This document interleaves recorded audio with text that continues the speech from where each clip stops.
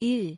웃어야만 했던 그날들 대신 감정노동자의 현실 감정노동자라서 행복해요.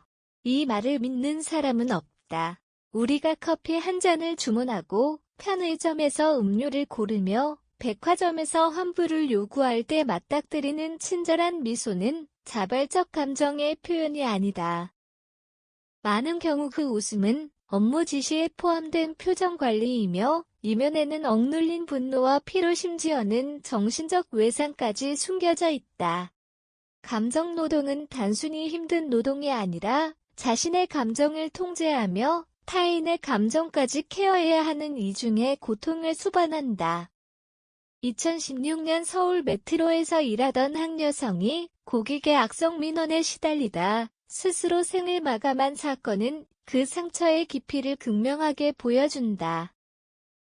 이후 감정노동자 보호라는 목소리가 커졌고 드디어 2018년 10월 산업안전보건법 개정으로 관련 법이 시행되었다. 하지만 6년이 지난 지금 그 법은 여전히 종이 방패에 불과하다. 법이 존재함에도 불구하고 감정노동자들은 여전히 무례와 폭언 괴롭힘에 노출돼 있다. 여전히 그들은 웃어야 한다. 고객이 너 같은 애가 무슨 자격이 있어라며 소리를 질러도 말이다. 체크푸트 이미지. 법은 존재하지만 현장은 여전히 무방비. 2018년 제정된 이른바 감정노동자 보호법의 핵심은 고용주에게 정신건강 보호 조치에 물을 부여하고 폭언, 폭행에 대한 대처 매뉴얼을 마련하도록 요구하는 것이다. 그러나 실제 현장은 법의 의도를 따라가지 못하고 있다. 첫째, 해당 법은 권고 수준의 조치에 머물고 있으며 이행 여부에 대한 강제성이 미비하다. 감정노동이 집중되는 민간 업종, 예, 콜센터, 편의점, 외식, 유통, 대부분은 법 적용 대상에서 벗어나 있거나 사업장이 소규모여 법적 기준을 만족시키지 못한다. 둘째, 사업주는 대체로 예방교육을 형식적으로 실시하거나 피해자가 오히려 불이익을 받을 수 있는 구조를 방치하고 있다. 법적으로는 고객의 폭언에 대응할 수 있다고 명시되어 있지만 현실에서는 고객 컴플레인으로 인한 손해를 직원에게 전가하는 경우가 많다. 셋째, 고용노동부의 감독과 처벌은 지극히 소극적이다.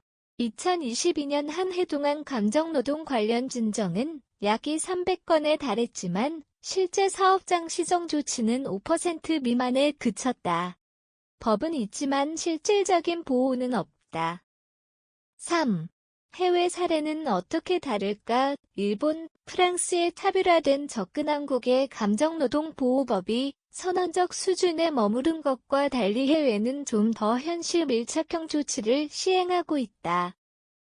일본, 고객은 신이 아니다. 캠페인. 일본은 2019년부터 대형 유통업체 중심으로 별표 고객 갑질 근절 운동, 커스터머 허레스먼트, 별표 펼치고 있다.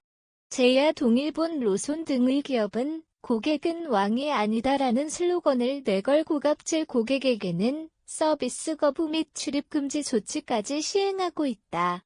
또한 노동청 차원의 법 개정 논의도 본격화되고 있다. 프랑스, 공공감정에 대한 국가의 책임인식. 프랑스는 감정노동을 별표 위험노동, 사이코소셜 ISK 쉼표로 간주하고 관련 산업에 대해 정기적인 스트레스 조사와 예방 조치를 의무화하고 있다. 심리상담사 배치, 근로시간 조정, 업무 전환 권고 등이 법적 제도 하에 운영된다. 이처럼 법적 강제력과 사회인식이 함께 움직이는 구조가 보호의 실효성을 높이는 데 중요한 역할을 하고 있다. 4. 형식 아닌 실질적 보호를 위한 3가지 대안. 감정노동자 보호를 위한 실질적인 변화는 단순한 법 제정이 아닌 제도적 실행력과 사회적 공감대에서 출발해야 한다. 다음은 반드시 이행되어야 할 3가지 대안이다. 1. 감정노동 고위험 업종에 대한 특별법 제정. 콜센터, 배달, 유통병원, 접수창구처럼 감정 소진 위험이 높은 직군을 중심으로 별도 관리체계 마련이 필요하다. 이를 통해 감정노동 강도에 따라 위험수당 휴식시간 확대 근무시간 제한 등의 구체적인 방안을 명문화해야 한다. 이 감정노동 신고자 보호 및 익명 제보 시스템 구축 피해를 입은 노동자가 보복이나 불이익 없이 신고할 수 있는 시스템이 필요하다. 공공기관 중심의 익명 제보 플랫폼과 직장 내 심리적 상담 시스템을 강화해야 한다. 3. 사회 전반의 고객 절대주의 인식 전환 캠페인. 한국 사회에 뿌리 깊게 박힌 고객은 왕이라는 구호를 벗어나 상호 존중을 기반으로 하는 서비스 문화로의 전환이 필요하다. 교육기관, 언론, 기업이 협력하여 시민인식 개선 캠페인을 벌여야 한다. 5.